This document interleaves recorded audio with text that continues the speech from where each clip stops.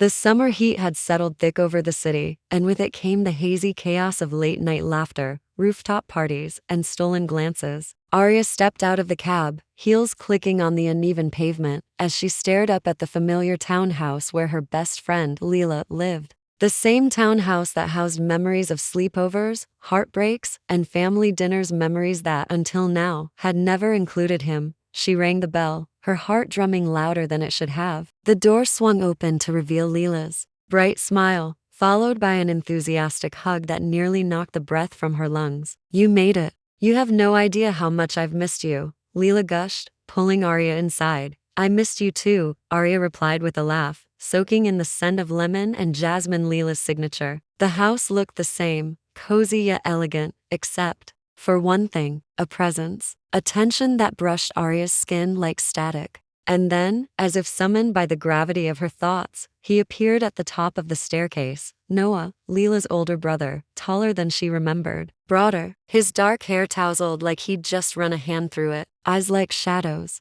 that had seen too much and yet, somehow, still looked for more. He paused, one hand gripping the banister as his gaze met hers, and something unspoken passed between them. Something ancient and dangerous. "Hey," he said, voice low and impossibly calm. "Hey," Aria replied, trying to mask the twist in her stomach. She hadn't seen Noah in over a year, not since Leela's college graduation. Back then, he'd been charming, funny, a little cocky. But now he was something else. Something that made her knees tremble and her pulse skip. Leela looped her arm around Aria's, oblivious. "Come on, I made sangria. And Noah's just leaving, right?" "Not anymore," he murmured, never taking his eyes off Aria. She pretended not to notice. The night passed in a blur of music, chatter, and clinking glasses. Leela had invited a small group of friends over, casual, laid back, just the way Aria liked it. But Noah lingered. Every time she turned around, there he was, close, but not too close, watching, smirking when she laughed, looking away when she tried to meet his gaze. It was infuriating and intoxicating. At one point, she stepped out onto the back patio for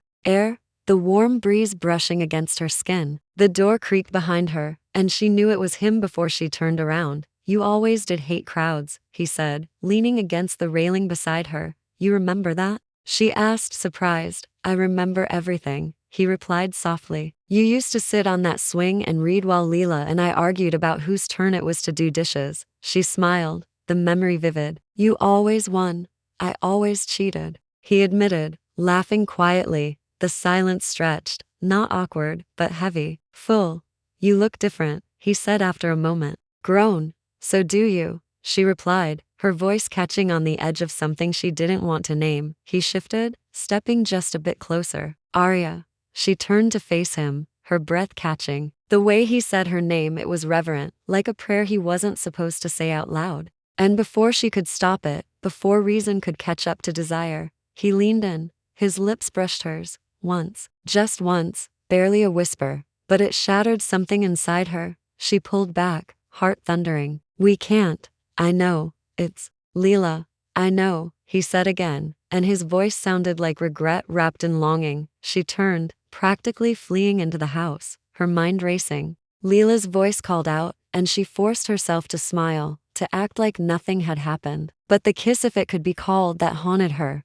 The next few days blurred together. They laughed, drank wine, and danced around Leela's kitchen. But Noah was always there, always close, always watching. And it was driving her mad. Then came the night everything unraveled. Leela had gone out to meet an old friend for drinks, promising to be back late. Aria had opted to stay behind, craving silence. She was curled up on the couch, watching reruns, with a bowl of popcorn when Noah walked in, damp from a run, sweat clinging to his shirt. He paused when he saw her, then walked to the fridge without a word. She tried to focus on the screen, but every nerve in her body screamed at his presence. "You avoiding me?" he asked suddenly, voice low. She turned slowly. "No, liar. Why does it matter?" "Because I haven't stopped thinking about that kiss," he said, stepping closer, his eyes dark with intensity. "You shouldn't have kissed me," she whispered. "I know, but you did." "I did." She stood, heart pounding. "What do you want from me, Noah?" He closed the distance between them in a heartbeat. "I want to touch you, just once." Just his voice broke. Tell me no, and I'll walk away. Tell me you don't feel this. She didn't speak, couldn't, because she did feel it. Every inch of her burned for him. When his hands touched her waist, it was like fire meeting gasoline. She gasped, his lips finding hers again, this time with hunger, with heat, with desperation. It was wild, reckless, wrong, but she didn't stop him. Didn't want to. She clung to him like a lifeline, moaning softly as his hands slid under her shirt. And just when they lost themselves in each other completely, when clothes were half removed and breathless whispers filled the room, the front door slammed. Leela's voice rang out cheerfully. Guys, I forgot my wallet. Panic detonated in Aria's chest. Noah froze. They scrambled apart like guilty teenagers, hearts hammering as footsteps neared the room. Leela appeared, smiling oblivious, and Aria felt like the ground had been ripped out from under her.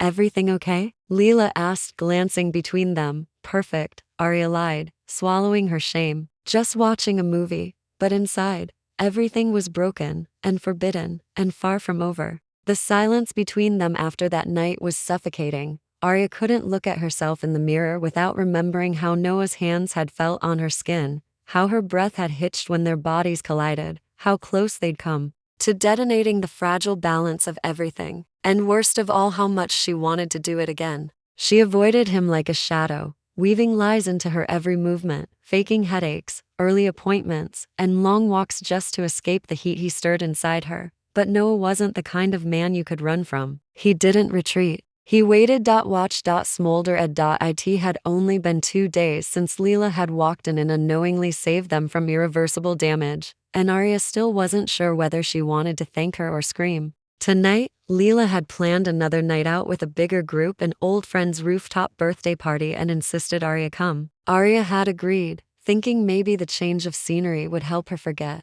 but the universe wasn't so kind, because Noah was there, leaning against the edge of the rooftop bar, black button-down rolled at the sleeves, whiskey glass in hand, and that familiar expression, half devastation, half desire, carved into every line of his face. She froze when she saw him, pulse racing as though her body remembered things she had tried to erase. Leela didn't notice. Oh, great. Noah's here. I wasn't sure he'd make it. Let's grab drinks. But Aria couldn't move. She felt pinned in place, like prey who had just spotted the predator again. And when Noah looked up and saw her, it was like being struck by lightning, unexpected, electrifying, and dangerous. He didn't approach her. Not at first. She avoided his gaze, laughed too loudly, danced too much, downed 3 cocktails she barely tasted. Anything to drown the gnawing ache between them. But late into the night, as the crowd thinned and Leela disappeared into conversation across the terrace, Aria stepped away to catch her breath. The city pulsed beneath her, distant and glittering. And she gripped the balcony like it could keep her anchored. You look like you're trying to forget something. Noah's voice came from behind her. She didn't turn. Maybe I am. Is it working? She shook her head. He stepped closer, his presence filling the air between them like gravity. I've never wanted something this badly, he said, voice raw. And I've never hated myself more for it. She closed her eyes. You're her brother. And you're her best friend. I know exactly how wrong this is, but I can't stop wanting you.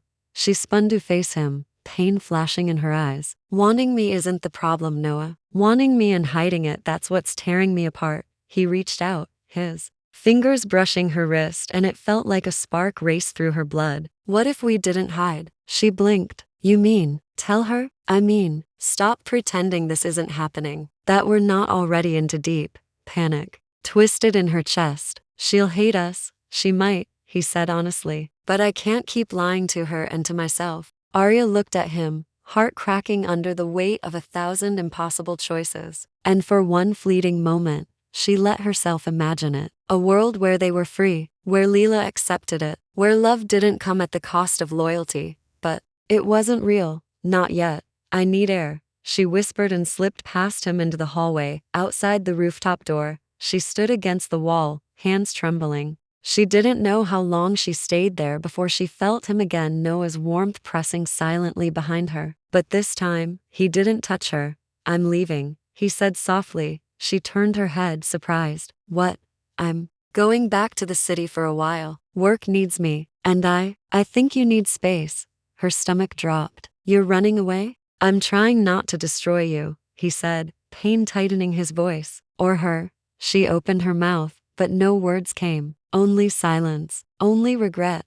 I'll come back, he said finally. But when I do, I need to know where we stand. Then, he was gone, leaving her with nothing but a broken breath and the smell of him lingering in the air. The weeks that followed were a blur. Leela went back to work, blissfully unaware of the earthquake she narrowly missed. Aria buried herself in freelance projects and yoga classes and meaningless Tinder dates that only made her feel emptier. Every ding of her phone made her hope. Every knock at the door made her pulse race. But there was no sign of Noah until one rainy Sunday morning. She stepped into her favorite bookstore to escape the storm and found him standing in the aisle, holding her favorite novel. Her breath caught. He turned slowly, as if he'd known she'd come. You're back, she said quietly. I told you I would be.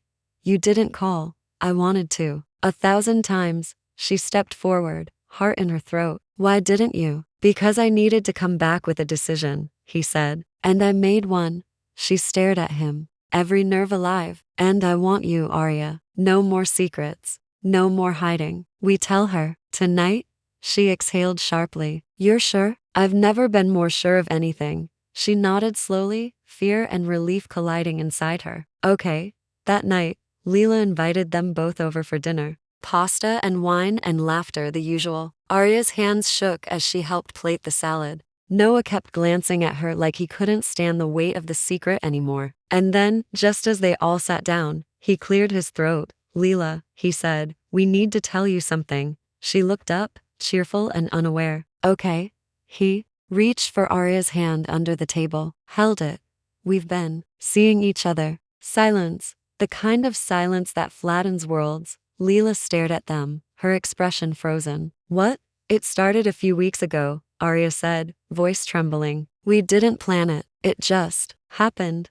Leela stood so fast her chair scraped the floor. Her face was pale, eyes wide with betrayal. You slept with my brother? No, Aria said quickly. Not like that. We stopped before it went too far. We didn't lie to you, Leela. We were just afraid. I trusted you, she whispered to Aria, tears brimming. You were my sister. I still am. No, Leela said. You were. She turned and walked out, slamming the door behind her. Aria collapsed into her chair, her world unraveling. Noah stood and followed his sister, calling her name. But the damage was done. Their love wasn't a secret anymore. It was a war. The days that followed felt like living in the ruins of something once sacred. Leela refused to answer Aria's texts. Every call went straight to voicemail. Every message was left on read. Aria didn't expect forgiveness overnight, but the silence burned more than any shouting match ever could. It was the silence of abandonment, of a bond severed at the root.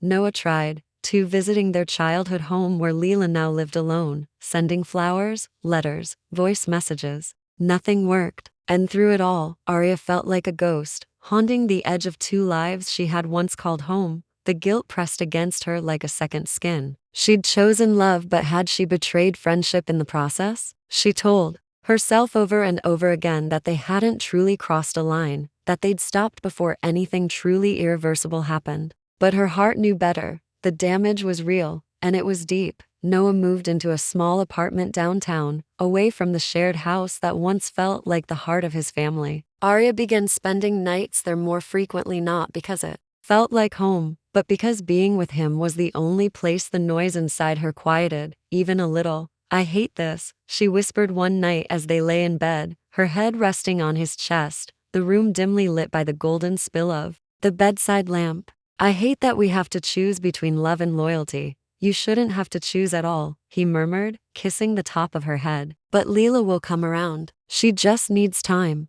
What if she never does? He was quiet for a long moment. Then we live with it, and we fight for her, for us. But the cracks in Aria's world kept growing. Work slowed. Friends asked uncomfortable questions. Mutual acquaintances began whispering things behind her back. She overheard someone at a party say, "Isn't she the one who got with her best friend's brother?" And even though it wasn't meant to be cruel, it sliced her just the same. The hardest part wasn't the judgment. It was missing Leela, the sound of her laugh, the way she could tell something was wrong just by how Aria stirred her coffee, the comfort of late night talks, face masks, and inside jokes no one else understood. Losing Leela felt like losing a part of herself she couldn't rebuild. Then came the invitation, a wedding, Leela's cousin, and Aria was on the guest list. Noah received it too, hand-delivered by a relative who offered no judgment, just a knowing look. Leela's family had always loved Aria, always welcomed her as their own. Now they stood on uncertain ground, too polite to take sides. I think she wants you there, Noah said, studying the envelope as if it held a secret message. Or she wants to humiliate me, Aria muttered, tossing hers aside. You'll never know unless you go. The night of the wedding arrived like a thunderstorm wrapped in velvet. Aria wore a midnight blue dress, her hair swept into loose waves, makeup carefully hiding the weeks of sleepless nights. Her heart pounded as she stepped into the candlelit reception hall, arm in arm with Noah, who looked every bit the smoldering older brother turned lover in a tailored black suit. They found their table far from Leela's and settled in. It wasn't until the third course that Aria saw her, Leela, standing across the room in a sage green gown, laughing with a cousin. Her smile flickered when she saw them. Her eyes lingered for a breath longer than necessary. But she didn't look away in anger. She looked away like it hurt to see them. Aria's fingers gripped her fork. I should talk to her, she whispered. Noah nodded. Go. She stood, legs trembling beneath her. Each step toward Leela felt heavier than the last, like walking through water. The music slowed to a romantic ballad, couples beginning to drift onto the dance floor. When she finally reached her, Leela turned. The moment was soft, still. Hi, Aria said gently. Leela looked at her, expression unreadable. Hi. I didn't expect you to invite me. I almost didn't, Leela said, swirling her champagne. But you did. I did. Why? Leela sighed. Because as angry as I am, I still wanted you here. I miss you, Aria whispered, voice cracking. I didn't mean to hurt you, Leela. I never wanted this. But you did it, she said, eyes sharp now. You chose him. I chose love. But that doesn't mean I stopped loving you too. Leela studied her. You didn't just break a rule, Aria. You broke trust. You were the one person I thought would never lie to me. I didn't lie. I just hid, out of fear, out of guilt, but never malice. I swear to you. Tears welled in Leela's eyes, but she blinked them back. Do you love him? Yes, Aria said without hesitation. More than I can explain. Leela nodded slowly. Then you'd better not hurt him, and he'd better not hurt you. Aria's breath caught. Wait, are you saying I'm not ready to forgive you yet? Leela interrupted. But I'm also not ready to lose you forever. A tentative peace, not a reconciliation, but not the end. Before Aria could speak again, someone tapped the mic at the front of the room. The father of the bride. A speech. Leela turned away, slipping into the crowd. Aria returned to her seat beside Noah, shell-shocked. What happened? He asked. I think she left the door open, Aria whispered. Later that night, as the wedding wound down and guests began to leave, Noah and Aria slipped onto the empty dance floor. The band played a slow, haunting tune. He pulled her close, their bodies moving in sync under the string lights. I love you, he said. I love you too. Then, a voice came from behind. Mind if I cut in? They turned. Leela stood there, eyes soft. Noah stepped back, stunned. You sure? I'm not dancing with you, she said. I'm dancing with her. Aria froze. What? You still owe me the first dance from prom night, remember? Leela said, smiling through the tears. I figured now's the time to collect. And just like that, Aria stepped into her arms, laughter and tears blending as they danced, sisters in everything but blood. The road ahead was still fragile, still uncertain. But something broken had begun to mend, until Aria got the message, a single text from an unknown number, sent at midnight. Does Noah know what you did in college? Because I do, and I'm ready to talk. Her breath caught. The past she thought she buried had just come back. The text sat on her screen like a loaded gun. Does Noah know what you did in college? Because I do, and I'm ready to talk. No name, no photo, just the suffocating threat of the past clawing its way back to life. Aria's fingers trembled. As she locked her phone, she was standing in Noah's kitchen, sunlight pouring through the windows, the scent of fresh coffee filling the room. He stood across from her, sleeves rolled up, humming while stirring scrambled eggs, completely unaware that the fragile piece they'd all worked so hard to build was already cracking beneath them. She couldn't let him see her panic. Not yet. Not until she knew exactly what they knew. Everything okay? Noah asked, turning to her. She forced a smile. Yeah, just spam. Some random number. He frowned. Sure. She nodded too quickly. Positive. But all through breakfast, she could barely taste the food. Her eyes kept darting to her phone, heart pounding like it was counting down to something inevitable. Because she knew what the message meant, and she knew who it was from. College had been messy. One night in particular, a night she had buried so deep she sometimes convinced herself it hadn't happened. But someone else had been there, someone who knew, and now they were circling back just when she was finally finding something. Good. After Noah left for work, she called the number. ID rang twice. Then a man's voice answered, smooth, casual. Aria Hale. Didn't think you'd call so soon. Her throat tightened. What do you want, Marcus? He laughed softly. Now. Is that any way to greet an old flame? You're not a flame, she snapped. You're a mistake. Still stings. Even after all these years, you sent me a threat. No, he said, voice turning cold. I sent you a warning. You're playing in a very glass house, and I've got stones, sweetheart. What do you want? She demanded.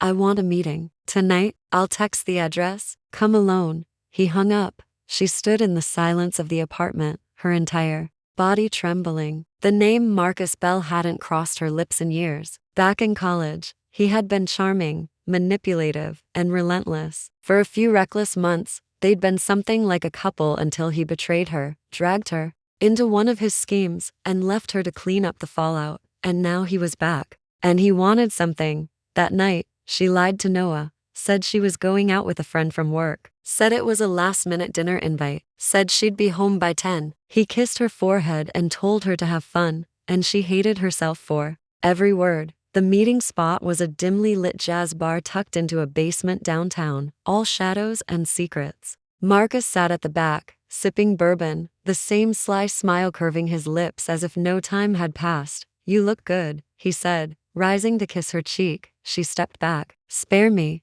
He smirked. Still got fire. Cut to the point, Marcus. He slid a folded paper across the table. Recognize this? Her blood ran cold. It was a photo, grainy, low quality, clearly from a security cam. But the faces were unmistakable. Her and Marcus. Outside the university administration building. And worse, she was handing him a flash drive. This doesn't mean anything, she said, though her voice wavered. Oh, it does, he purred. Especially when paired with the right narrative. Say, a story about stolen faculty emails and grade inflation, all tied up in a bow with your name on it. Her hands curled into fists. You were the one who hacked that system. You used me to plant the drive. Sure, but you touched it. You gave it to me. You're in the frame, literally and legally. What do you want? She asked again, barely able to breathe. I want a favor, he said. No money, no threats, just access. To what? To your boyfriend's company. Her stomach dropped. You're insane, he shrugged. Noah's tech firm has proprietary defense software. I want a peek, just enough to tip a deal in my favor. Nothing damaging, nothing illegal. If no one finds out. She stood. Absolutely not. You'll reconsider, he said, sliding a burner phone across the table. Or I send this to the press, and to Leela, and Noah. She stormed out, but his words followed her into the night like smoke in her lungs. When she returned home, Noah was asleep on the couch, laptop open on his chest. The sight of him so peaceful, so trusting made her want to cry. She crawled beside him, careful not to wake him, and buried her face in his shoulder. She didn't sleep. Her phone buzzed once around M1 week. Or I blow it up. The next morning, she sat on the edge of the bed, staring at the burner phone, wondering who she could possibly turn to. Leela? Out of the question. Noah? No, not until she had a plan. She needed to bury this herself, quietly. But someone else had already noticed the cracks. That evening, as she closed her laptop after hours of research, Leela's name popped up on her screen. Incoming call. She hesitated, then answered. Hey, Aria said softly. Don't freak out, Leela said immediately. But someone from college messaged me. Aria's heart stopped. Who? Marcus Bell. Her stomach lurched. What did he say? Nothing useful. Just some cryptic line about your past and a photo. I blocked him. But what's going on, Aria? She closed her eyes. It's complicated. I'm listening. Tears welled. I need your help. Silence. Then, tell me everything. Aria exhaled long and shaky, and began to confess. By the end of the call, Leela was silent. Then she said, we're not done. But I'm not letting him ruin you. It wasn't forgiveness, but it was something. The next morning, Aria opened her door to find Leela standing there, coat on, coffee in hand. Let's burn Marcus Bell to the ground, she said, but behind her, hidden in the hallway shadows, someone watched and smiled. The alliance was uneasy, but it was real. Aria and Leela sat side by side in Aria's apartment, the couch cluttered with laptops, coffee cups, old college yearbooks, and a folder full of everything Aria remembered about Marcus Bell. Every detail mattered now. Every name, every address, every connection. Because Marcus wasn't just blackmailing her, he was circling like a vulture, and he wasn't going to stop until he fed on something. I can't believe you never told me this, Leela said without looking up, fingers flying across her keyboard. You almost got expelled because of him? I didn't tell anyone, Aria whispered. I was scared and ashamed. He manipulated me into that whole mess. I thought if I buried it deep enough, it would stay dead. Yeah, well, zombies exist apparently. Despite the tension, Aria smiled weakly. Thank you for not walking away this time. Leela paused, then gave a brief nod. Still not over everything, but your family. I don't let family drown no matter how mad I am at them. It was more than Aria expected, and enough to help her breathe again. They spent the next few hours combing through Marcus's digital footprint, using everything from alumni forums to sketchy social media breadcrumbs. Leela's tech-savvy instincts honed from years working in digital PR proved invaluable. Aria supplied context, memory, and motive. Together, they built a profile. By sunset, they had two solid leads. One, Marcus had been working with a shady private equity firm that was likely just a front for corporate espionage. Two, he was booked as a speaker at an exclusive tech mixer happening in 3 nights, one hosted by none other than Noah's company. Aria's blood ran cold when Leela pulled up the flyer. He's coming after Noah's software in person, Leela said. Which means this isn't about you anymore. It's about him. What do I do? Aria asked, terrified. You go, Leela said, but not as a target, as a weapon. The night of the mixer arrived fast. The venue was high-end and discreet, an elite lounge with soft lighting, floor-to-ceiling windows, and a guest list of powerful people with expensive shoes and even more expensive secrets. Aria wore a simple black dress, her makeup sharp, her hair pinned in a clean twist. Leela had insisted on styling her. You need to look like you belong, like you can't be touched, she'd said. Noah was already at the event, unaware of what Aria was walking into. She hadn't told him about Marcus, not yet. She couldn't, not while the threat was still circling. She needed to eliminate it first, cleanly, quietly. And Marcus? He was already there, charming a group of investors near the bar, his smile weaponized like always. He spotted her immediately, of course. His grin widened as she approached. Aria Hale, looking stunning, as always. Cut the act, Marcus, she said smoothly. You're not here for business. You're here to steal. He leaned in, voice low and oily. Steal? Harsh. I prefer strategically acquire. Besides, you haven't helped me yet. I'm still waiting.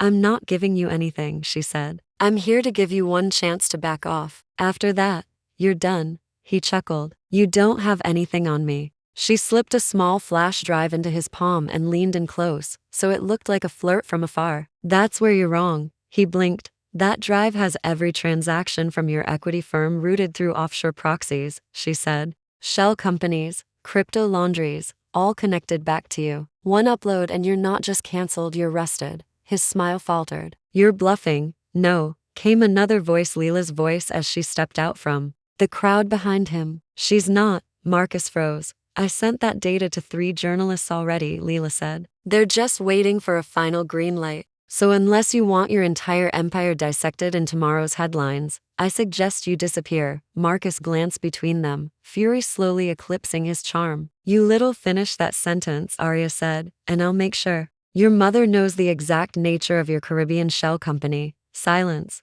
Then, with a hiss of breath and a withering glare, Marcus turned and walked out, just like that, gone. But the adrenaline still lingered, trembling through Aria's limbs. Leela took her hand and squeezed it. You did it.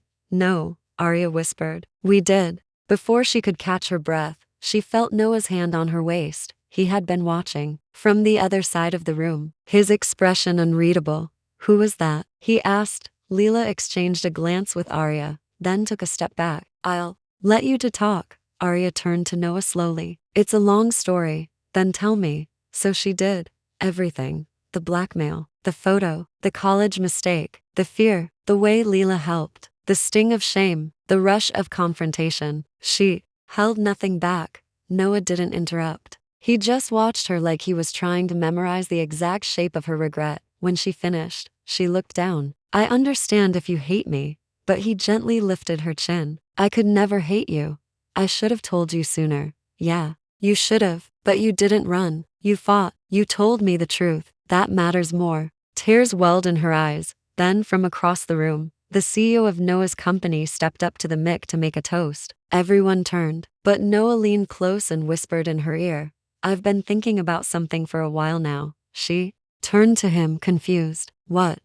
I want you with me, not just in moments like this all the time. Her breath caught. Noah, I want to wake up next to you every day. I want this life with you in it. And then he pulled a small box from his jacket pocket. Aria's world went still. I don't care if it's too soon. I don't care about the mess behind us. I love you, Aria. Will you marry me? She covered her mouth with her hands, tears streaming down her cheeks. Yes, she whispered, then louder. Yes. God, yes.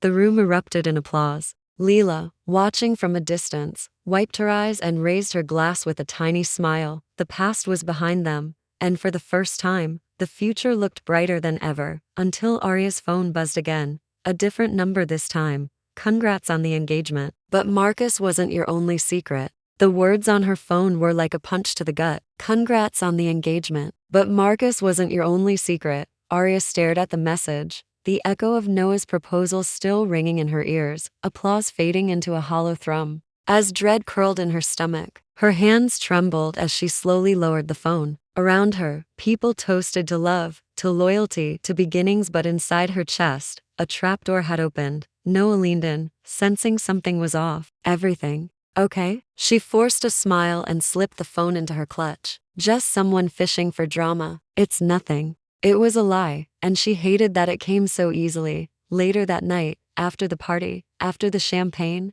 after the congratulations from colleagues and family and friends, after Leela pulled her into a fierce hug and whispered, "Don't screw this up. He's the real thing." Aria found herself alone in the bathroom, staring at her reflection like it was a mask she didn't know how to take off. Another secret, another shadow, and this time, she didn't know who was watching. The next day it was quiet, almost too quiet. Noah had left early for a business meeting, and Leela had gone back to her apartment. Aria sat in the kitchen, phone in hand, waiting for the other shoe to drop. It didn't take long. The same number messaged again. Check your email. She did, and her breath caught in her throat. Attached was a scanned letter dated 3 years ago. A letter of expulsion from the university. Her name typed in bold, the reason redacted but still damning. She remembered the incident. A friend of hers, Maya, had been caught cheating during finals week, using access codes she claimed she'd gotten from Aria. It wasn't true, but Aria had known the truth and stayed silent, afraid of being dragged into another scandal so soon after. Marcus, Maya had begged. Aria had agreed. The university quietly offered her a chance to withdraw voluntarily instead of expulsion if she agreed not to speak about the incident. She took it, transferred schools, started over, and never spoke of it again, until now. Her fingers flew to call the number. It rang once, then silence, and then a voice. You really are bad at leaving things buried. This voice was female, cool, sharp, familiar. Maya, Aria whispered. Why? You left me behind. Maya said coldly. You let me take the fall. I lost my scholarship. I lost everything. And you just moved on. I didn't move on. I fell apart. But you rebuilt. You have everything now. Your dream job. Your dream man. And me? I'm stuck in a temp job while you get happily ever after. This is about revenge? No. Maya hissed. This is about balance. If you want to keep that pretty little life, you're going to pay me to keep quiet. You're blackmailing me? Call it restitution.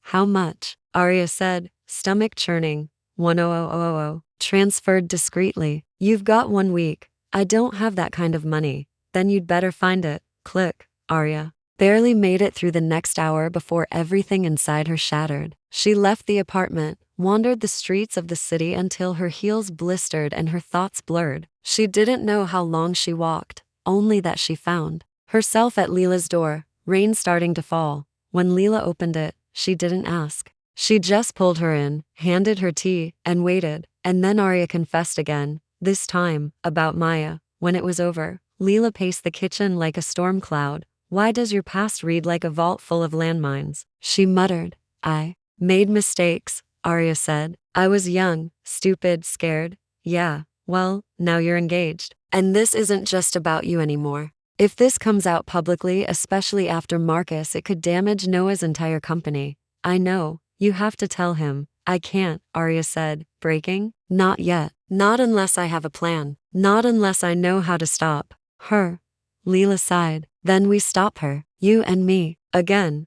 I don't know how. Well, I do, Leela said, opening her laptop. First, we find out where she's working. And second, we dig until we find the thing she wants to keep buried. They found it the next night. Maya was working as an executive assistant at a private investment firm downtown. A quick scan of internal review sites and news blogs showed Whisper's employees getting fired under mysterious circumstances. Someone accused of embezzlement but never named. It didn't take long to guess the rest. We flipped the game, Leela said. She wants leverage? We give her fear instead. They crafted the message carefully. To Maya. We know about the misappropriated funds at Hollowell Capital. We also know the anonymous whistleblower last spring was your intern. You've got 1 hour to delete the blackmail thread. If you don't, we blow your secrets wider than you ever imagine. 1 hour passed. No reply. Then, fine. You win. But don't think this is over. Message deleted, emails erased, but the scars remained. Later that night, Aria stood on the balcony of Noah's apartment, the city glowing beneath her, rain misting against her skin. He joined her, wrapping his arms around her from behind. You've been distant lately, he said gently.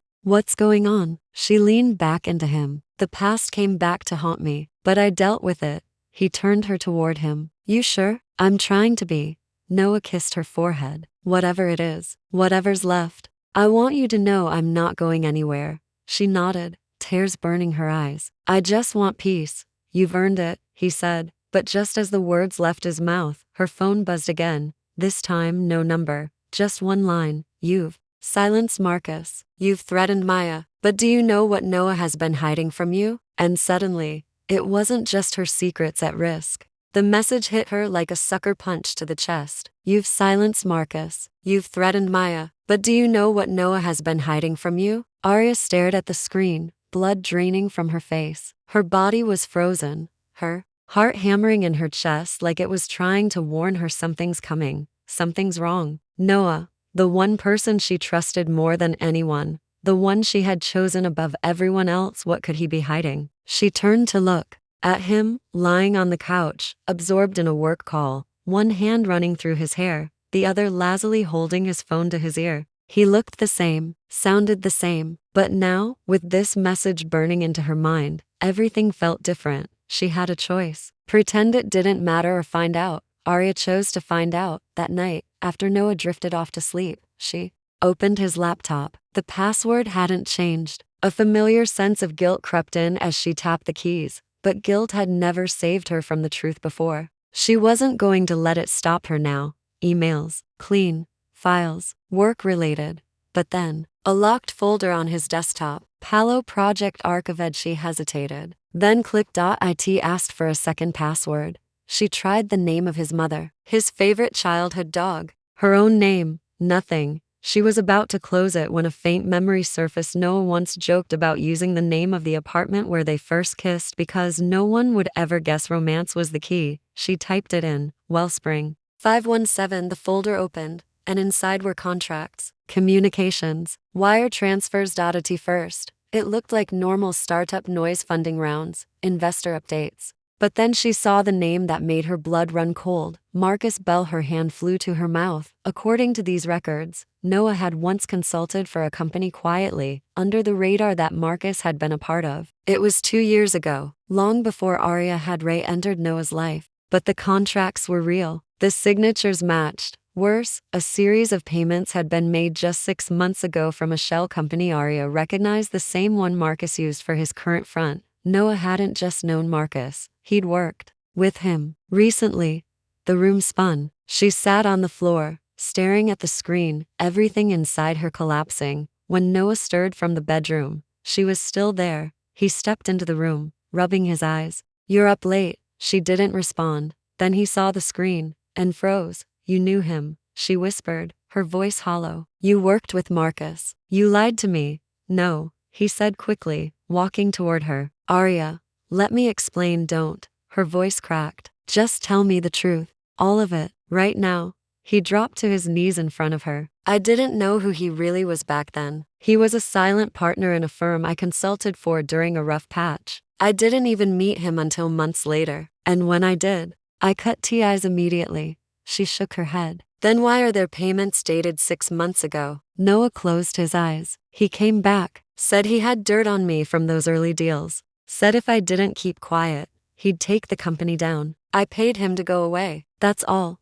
"You paid him off," she gasped. "While he was blackmailing me? I didn't know he was targeting you. I swear, I would have told you. You should have," she snapped. "I've been fighting him, Noah. Lying, hiding, losing pieces of myself just to survive. And all this time, you were hiding too." "I didn't want to lose you," he whispered. "You should have trusted me more than you feared me," she said. The silence that followed was heavier than any screaming could have been. She stood up, backing away. "I can't marry you, Noah. Not until I know who I'm saying yes to." He stood too, panic rising in his voice. "Aria, don't do this. We love each other." "We do," she said. "But love without honesty isn't love at all. It's just illusion." She walked out the door.